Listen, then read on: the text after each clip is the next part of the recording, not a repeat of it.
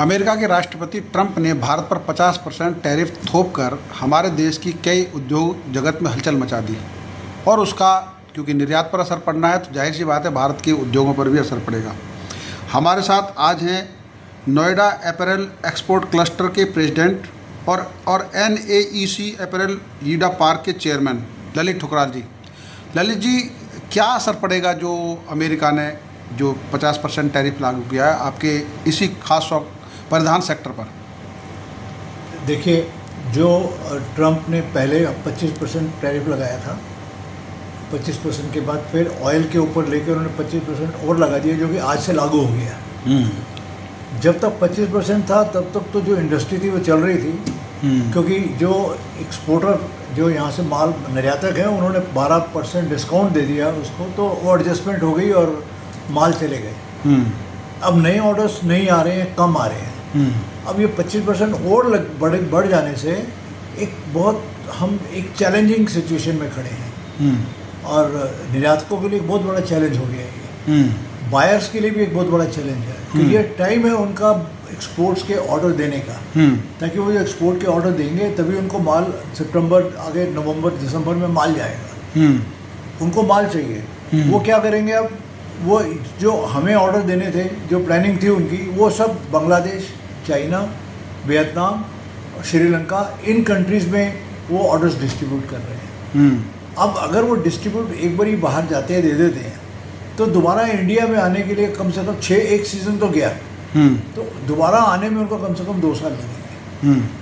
तो एक बहुत कठिन जटिल समस्या है ये, क्योंकि आज अगर ऑर्डर हमारे हाथ से गए तो एक नुकसान होगा ही होगा, फिर दोबारा उन बायरों को वापस लाना वो दूसरा चैलेंज होगा।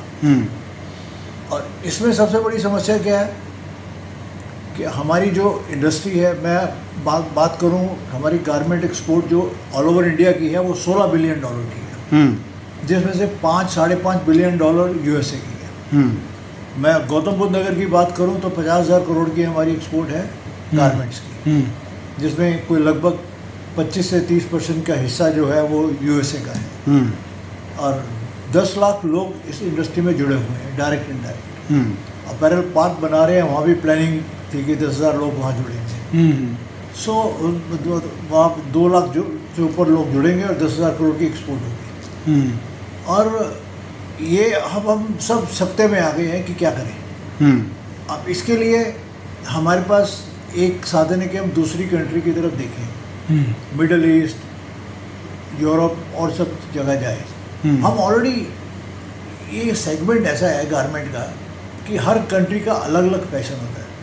जो आदमी आज अमेरिका के साथ काम कर रहा है, अमेरिका के साथ समझिए कि उसने PhD कर ली है इतने साल रह के करके, कि उनका सीज़न क्या है, उनको माल कब चाहिए, कौन सा डिज़ाइन चाहिए, कैसे प्रिंट चाहिए, किस कॉस्ट में चाहिए। अगर कॉस्ट में $3.5 में चाहिए तो $3.5 में उसको माल बनाने के लिए उसको अपनी मशीनरी कैसी अपग्रेड करनी है, अपना इंफ्रास्ट्रक्चर कैसा बनाना है, वो बनाएगा उसको। वो बनाने के बाद आज वो उनके साथ काम कर रहा है। नया आदमी $3.5 में कभी माल नहीं बना सकता, वो वही बना सकता है जो ऑलरेडी उनके साथ काम कर रहा है। ऐसे यूरोप में छोटे छोटे ऑर्डर्स होते हैं, उन छोटे छोटे ऑर्डर्स में अगर हम $5 भी ले लेते हैं तो इतने बड़े इंफ्रास्ट्रक्चर में काम नहीं कर सकते। ओवरहेड्स बीट करना, सो मेनी चैलेंजेस आते हैं। तो ये बहुत समस्या है कि एकदम से हम सोचें कि हम ऐसा कर लें, वो ठीक नहीं है, होना नहीं है। तो हम जो देख रहे हैं बहुत डार्कनेस देख रहे हैं। हमारी हालत जो है, लगता है हमें जो हमारी इंडस्ट्री को बहुत नुकसान हो रहा है। हमारे गारमेंट इंडस्ट्री ऐसी इंडस्ट्री है जिसके अंदर आफ्टर एग्रीकल्चर सबसे ज़्यादा एम्प्लॉयमेंट देती है। और सबसे बड़ी बात यह है कि इसमें लेडीज़, महिलाओं का बहुत ज़्यादा योगदान है। लगभग किसी जगह पे 70% महिलाएं, कहीं 60% है, कहीं 40% महिलाएं फैक्ट्रीज में काम कर रही हैं। और ये महिलाओं का बहुत ज़्यादा इसमें योगदान है। और सबसे ज़्यादा अनस्किल जो लेबर है वो इसमें बहुत ज़्यादा है। कम पढ़े लिखे लोग बहुत ज़्यादा है इसमें। और ऐसे लोगों का बेरोज़गार होना बहुत तकलीफ वाला काम है। अगर यही हालत रही तो 2 महीने 3 महीने में हमारी लगभग नोएडा की 25% फैक्ट्री बंद हो सकती है।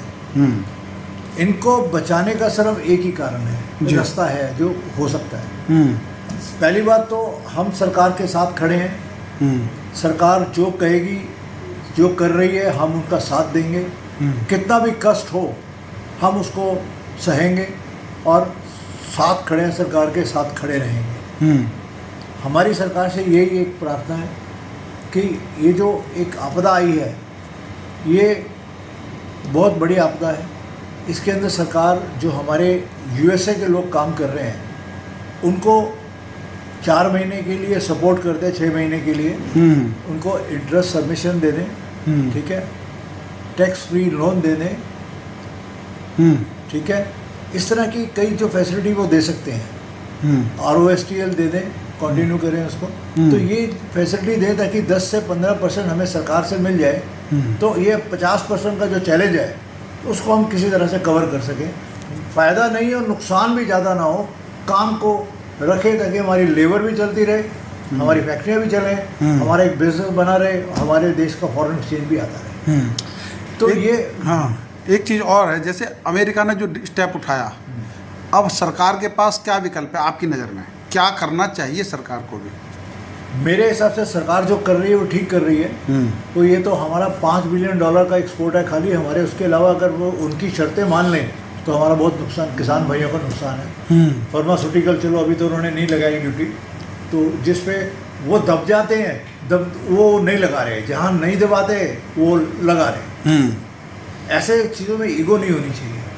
व्यापार के अंदर ये एथिकल बड़ा अनएथिकल है कि जिस तरीके से वो कर रहे हैं। और मुझे नहीं लगता कि इसमें ट्रम्प को क्या फ़ायदा होने वाला है। ट्रम्प को ये भी तो देखना चाहिए, जो तुम टैरिफ जितना भी लगा रहे हो कौन पे करेगा? मैंने थोड़ी पे करना है, उनकी पब्लिक करेगी, उनकी जनता टैरिफ को कॉस्ट बढ़ाने के बीच में। जो $9 में पीस बिक रहा था वो $14 कर दिया उन्होंने स्टोरों में। जो एक चीज़ $1.25 में मिलती थी वो $6 की हो गई है। कॉस्ट कितनी बढ़ गई है वहाँ पे। तो ये तो उनको भी सोचना चाहिए। अब सबसे बड़ी बात यह है कि क्योंकि ये इंडस्ट्री ऐसी है जिसमें सबसे ज़्यादा रोज़गार है और इसके सबसे ज़्यादा प्रभावित होने का खतरा है, तो इस समय क्योंकि राज्य सरकार का भी इशू है, केंद्र सरकार का तो इशू है ही है, और ये हमारे देश की स्वायत्तता का और स्वाभिमान का भी एक सवाल है। तो ऐसे समय में आपने कहा कि हम भारत सरकार के साथ खड़े हैं, हम चाहे उत्तर प्रदेश सरकार खड़े, तो क्या आपको लगता है कि ये इस इंडस्ट्री में थोड़ी देर के लिए जो नए निवेशक आने वाले थे या जो यहाँ पे एक्सपोर्ट आप पार्क बन रहा था, तो उसमें भी कहीं ना कहीं रुकावट आएगी कुछ दिन के लिए? देखिए, मेरे को लगता है जो मेरी समझ काम करती है और जो इतने साल का एक्सपीरियंस है, ये लंबी गेम नहीं है। ये जो अमेरिका भी हमारे बिना नहीं रह सकता है, उनको भी वापस आना पड़ेगा हमारे पास। ये कहीं ना कहीं कॉम्प्रोमाइज़ होगा, महीना 2 महीने लगेंगे सेटल होने में, कुछ ना कोई एडजस्टमेंट हो जाएगी। और दूसरा, सरकार हमारी जो है वो हमारे को थोड़ी हेल्प कर देगी तो हम इस आपदा से बाहर आ जाएंगे। इसमें इतना नुकसान और डूबने वाला काम नहीं है। देखिए, हम कोरोना में थे, बिल्कुल ठीक है। कोरोना में क्या था कि फैक्ट्रियाँ बंद थी, इंडस्ट्री सब बंद थी, सब कुछ बंद था। हमारे को ये भी नहीं पता था कि कल हमारी सांस चलेगी नहीं चलेगी। तो ये तो कोरोना से छोटी बीमारी है, हमें घबराने की ज़रूरत नहीं है। हम सरकार के साथ खड़े हैं और पूरा साथ देंगे।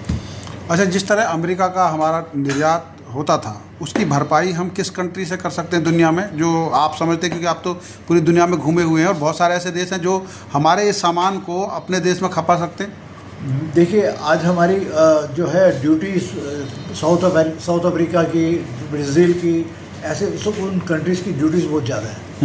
सरकार उनके साथ FTA करे, ठीक है ना, उस पर बातचीत करे, उस पर चले। अभी UK के साथ FTA हो गया है, वो लागू हो जाएगा अभी। तो हम उसके लिए हम UK में एक शो करने जा रहे हैं यूपी गवर्नमेंट के साथ, ODOP का, गारमेंट्स का वहाँ शो करेंगे, और जिसके प्लानिंग कर चुके हैं।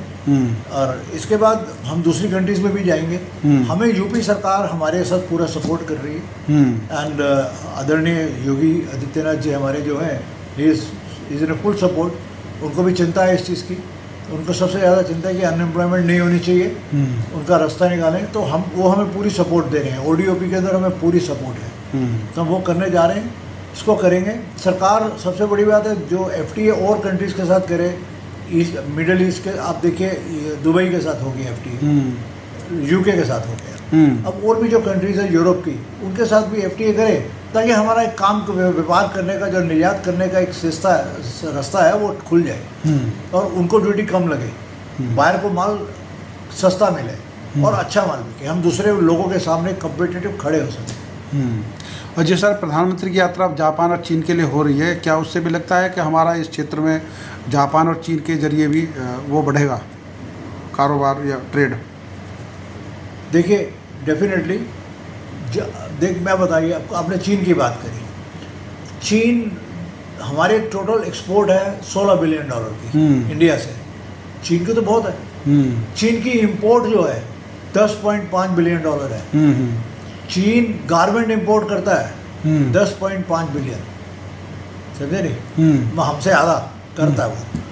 और हमें ये देखने की ज़रूरत है, हम उस पर भी काम कर रहे हैं। हम एक अभी रिसर्च कर रहे थे जिसमें हमने देखा कि अगर चाइना इतना माल मंगाता है तो क्यों ना हम चाइना को भी अपनी मार्केट बनाएं और चाइना को अपने कपड़े, अपनी मेहनत, अपनी एम्ब्रॉयडरी, हाथ का काम, ये काम बहुत चलता है वहाँ, द पीपल लाइक इट। हम उस पर भी विचार कर रहे हैं ताकि लोगों को करें, हम ODOP में सबको समझाएंगे, बताएंगे इसको ये करो और इसको बढ़ावा देंगे। उसमें सरकार तो हर तरफ से सपोर्ट कर रही है। देखिए ODOP एक उपज है हमारे मुख्यमंत्री योगी आदित्यनाथ जी की, जो आज प्रधानमंत्री से लेके हर स्टेट के CM ODOP पे आ रहे हैं, कर रहे हैं। तो ये ODOP एक ऐसी स्कीम है जो नीचे से लेके ऊपर तक हर आदमी को सपोर्टिव है। तो हमें उम्मीद है कि हम इसको अच्छी तरह करेंगे तो और इससे हमारे को बहुत फ़ायदा मिलेगा। एक मुद्दा जो यमुना एक्सपोर्ट अथॉरिटी में बना रहा है, अपैरल पार्क जो बन रहा है, उसके बारे में हमारे दर्शकों को बताइए, क्या है अपैरल पार्क में, क्या प्लानिंग चल रही है? देखिए, हम जो अपैरल पार्क बना रहे हैं ये एक इंटरनेशनल लेवल का अपैरल पार्क बना रहे हैं। हम ये देखते थे कि जब भी हमारी कोई आपदा आती है कहीं और हमें उसका अवसर में बदलने की कोशिश करते हम नहीं कर सकते थे। जैसे बांग्लादेश में आपदा आई तो हम बिजनेस नहीं ले सके, उसका कारण था कि हमारे पास इंफ्रास्ट्रक्चर नहीं था, हमारे पास इंटरनेशनल लेवल की बिल्डिंग्स नहीं थी, फैक्ट्रीज नहीं थी।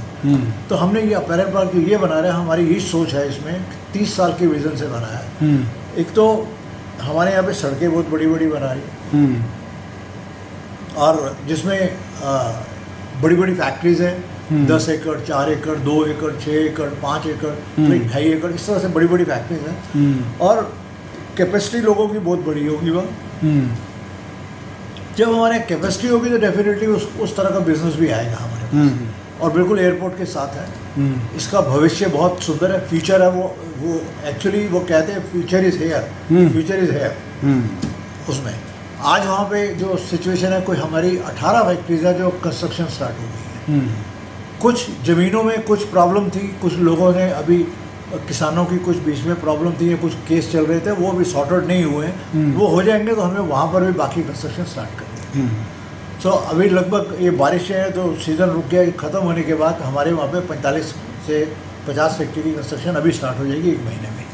तो फुल स्पीड पे करेंगे तो 1-1.5 साल के अंदर वहाँ रिजल्ट लेके आएंगे और वहाँ पे कम से कम 2.5 से 3 लाख रोज़गार मिलेगा लेडीज़ को और उसके बाद वहाँ पे 10,000 करोड़ के करीब एक्सपोर्ट बढ़ जाएगी। एक सबसे इम्पॉर्टेंट बात है वहाँ पे जो हम कर रहे हैं वो क्या है कि जितने भी मेरी UPSDM के साथ बात हो रही है, हमारे मंत्री जी हैं अपना कपिल देव जी, उनके साथ बात हुई है उसके स्किल काउंसिल के, एंड हरिओम जी हैं, डॉक्टर हरिओम हैं जो उनके IAS हैं, प्रिंसिपल सेक्रेटरी हैं, उनसे हम एक MOU कर रहे हैं। वो वहाँ पर हम हर गांव के अंदर एक कॉलेज को एक ट्रेनिंग सेंटर खोलेंगे जिसमें महिलाओं को 2 महीने की ट्रेनिंग देंगे, 3 महीने की, और इमीडिएटली उनको 10 से 12 हज़ार रुपये की नौकरी मिल जाएगी। गाँवों की जितनी महिलाएं करना चाहती हैं, जो उनको सीखना चाहती हैं, तो देखिए घर से जब औरत बाहर निकलेगी, काम करेगी, ठीक है ना, उनका अपना एक्सपोजर भी बढ़ेगा और एक घर में खुशहाली आती है। बिल्कुल, ठीक है। तो वो और हमारे को वहाँ पे सब जो है हमारा जो महिला सशक्तिकरण का एक सपना है वो भी पूरा होगा।